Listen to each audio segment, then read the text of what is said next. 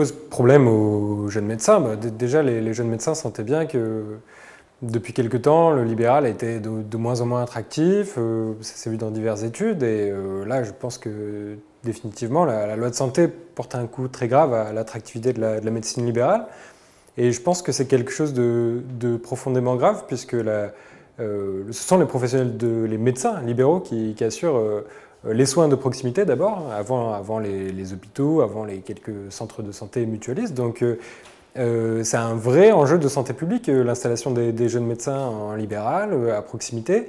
Et donc je pense que cette loi risque d'avoir vraiment des conséquences délétères sur la démographie médicale. Et je pense qu'il faut vraiment se battre pour ça.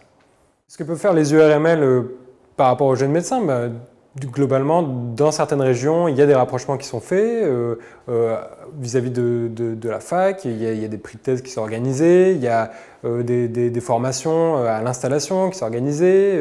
Les URML peuvent aider à recruter des maîtres de stage pour favoriser les stages ambulatoires et découvrir l'exercice libéral. L'URML peut pas mal se rapprocher des jeunes médecins et leur permettre de découvrir ce métier dans ce contexte. Et je pense qu'il y a beaucoup à faire pour sortir les jeunes de l'hôpital et de leurs habitudes, disons, d'internat. Moi, j'ai choisi la FMF pour plusieurs raisons, mais entre autres parce que j'aime son fonctionnement démocratique. Ça nous change un peu de la République française actuellement. Et c'est quelque chose d'agréable de sentir que voilà, j'ai autant de poids que n'importe quelle autre personne du syndicat, une personne, une voix. Et donc, voilà, je sais que ma voix compte autant que quelqu'un qui est là depuis 30 ans.